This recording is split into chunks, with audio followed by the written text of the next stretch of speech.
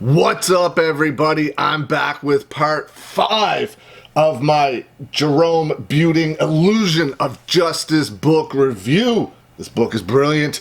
Inside Making a Murderer. I absolutely love this book. Pick it up, Amazon, bookstores, iTunes, wherever. I highly recommend it. He talks about way more than just making a murderer. He talks about other cases as well, and it's fantastic. Pick it up.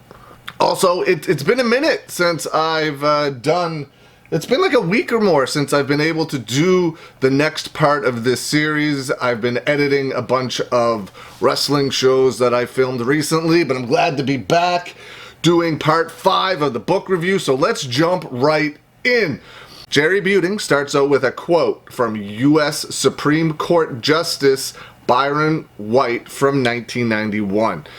A defendant's confession is like no other evidence, meaning that when a person confesses, whether they're telling the truth or not, whether they're coerced or not, whether they're fed the information or not, the fact that they say it initially is very damaging against them. Talks about how false confessions happen way more than you think, and they are extraordinarily dangerous.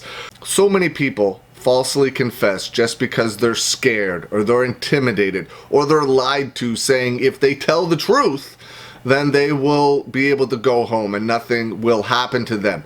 Clearly, that is never the case. That is just a tactic used by police just to get the answers they want. Jerry Buting talks about how Dassey's confession revealed nothing trustworthy of how Teresa Halbach died. It just shows how far they were willing to go to get Steven Avery. By any means necessary, any cost whatsoever. It doesn't matter who was collateral damage. No, it didn't matter who was standing in the way. They were going to do whatever it took and take down whoever they had to with them in order to get Steven Avery for the murder of Teresa Halbach. He states, despite what Ken Kratz said at the March 2nd press conference, the state did not know what happened to Teresa Halbach on October 31st because Brendan Dassey himself did not know what happened to Teresa Halbach on October 31st, and that's the only information Ken Kratz brought to that press conference, was a false confession of a 16-year-old minor that had an IQ of around 70. That's your only source of evidence. The only source of evidence. Jerry Buting talks about how not one of the reports that returned from the forensic lab backed up what Brendan Dassey confessed to police. Nothing he said to police actually turned out to be true. Other than what police fed him to say, nothing he said turned out to be true. Only the stuff he was given to repeat. Jerry Buting talks about how the interrogation techniques used to get Brendan Dassey to falsely confess were developed by John E. Reed in the 1940s and is still taught to this day to police stations across the United States and almost nowhere else. So essentially, the United States is the only country, or one of the only countries, still employing these methods to get people to confess. John Reed's interrogators are taught what is called the false friend method, meaning investigators can pretend to be your friend to get the information they want. Oh, hey buddy, nothing's gonna happen. We're backing you up. We're here to help you. We want to believe you. We just need to know what happened. Don't worry about a thing. Just tell us what we need to know and everything will be okay. That's the false friend method, and that's what they used to get Brendan Dassey to confess. talks about how Stephen Avery gave an interview in March 2006 saying Brendan Dassey is only 16 years old. Brendan, of course, Stephen Avery's nephew. With a detective, it doesn't take much to get him to say the things that he said. He can't even cut up a deer. He can't do any of that, meaning Brendan doesn't know how to cut up a deer, but yet he's mutilating a body. He can't even take a knife to a deer that's already dead and do whatever it is they do to dress or cut up a deer from hunting. I'm not a hunter, I have no idea, but I'm sure it's very bloody. So Brendan Dassey can't do that, but yet he can mutilate Teresa Halbach's corpse?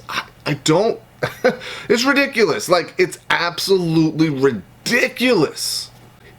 Jerry Buting talks about how Len Kaczynski, Brendan Dassey's lawyer, made it worse by endorsing what the officers did with Brendan Dassey to get him to falsely confess and taking what Brendan Dassey said as the truth. He's Brendan Dassey's lawyer. He's supposed to be fighting everything that is happening to Brendan Dassey at this point. He was trying to get Brendan Dassey to be a witness against Stephen Avery, clearly working with the state. Len Kaczynski assumed Brendan Dassey was guilty before he ever met with him. Jerry Buting states that in a series of emails that appeared showing that Len Kaczynski was already working with the state's investigators to strengthen their case, already working against his own client. Jerry Buting talks about how he never saw the Mike O'Kelly tapes. Now, until Making a Murderer aired, of course. Mike O'Kelly is the guy that Brendan Dassey was in a room with where he drew what happened to Teresa Halbach and what he did to Teresa Halbach. He talks about how he didn't see the Mike O'Kelly tapes until Making a Murderer aired. Remember, he was Stephen Avery's lawyer, so he would have had no reason to watch those tapes. He states he was shocked. He had never seen an investigator working so hard to do the prosecutor's job of extracting a confession from his own client. Just crazy. And then he talks about the drawing. This can't be a thing that is used on a regular basis anywhere. Imagine getting someone to draw their crime. Draw their crime. Like, this is the most ridiculous thing I've ever seen. And if this is how you have to get the information from Brendan Dassey, draw your crime. You clearly know you're dealing with someone of well below average intelligence. Here's some crayons. Draw your crime. Draw your crime. I don't get it. Jerry Buting talks about the checklist form. It gets worse, man. Talks about the checklist form that Michael Kelly gave Brendan Dassey.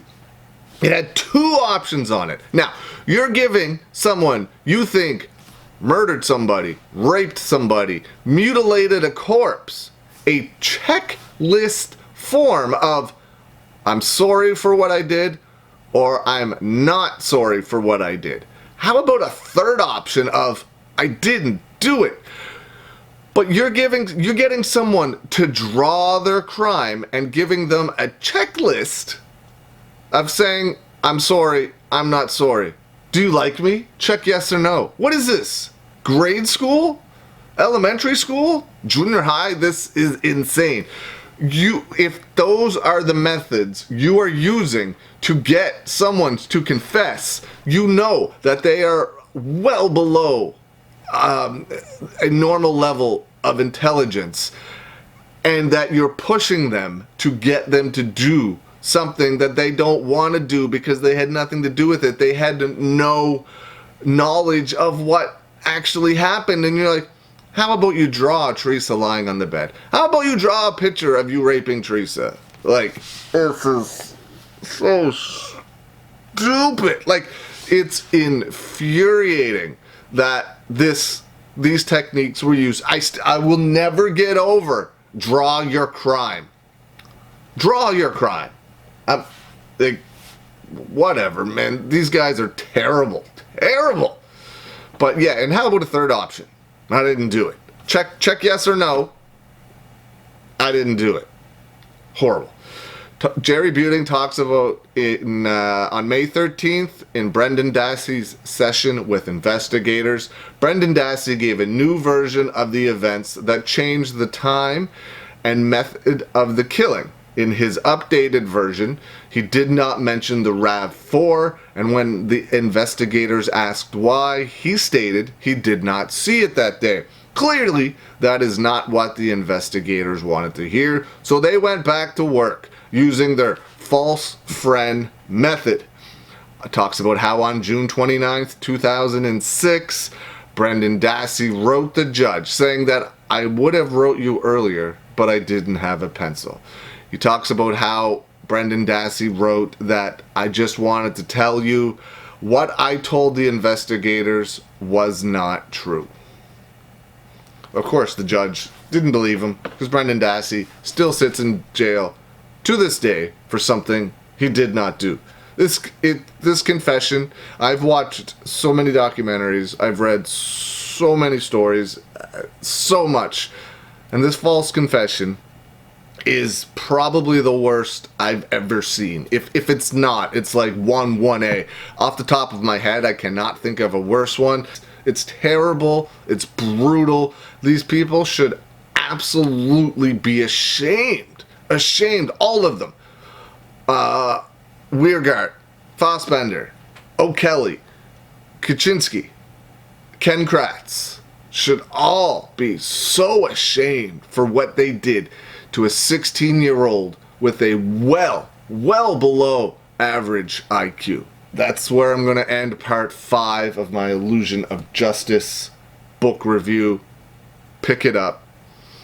Despite what the topic of the video, I hope you enjoyed it, and I'll see you again soon.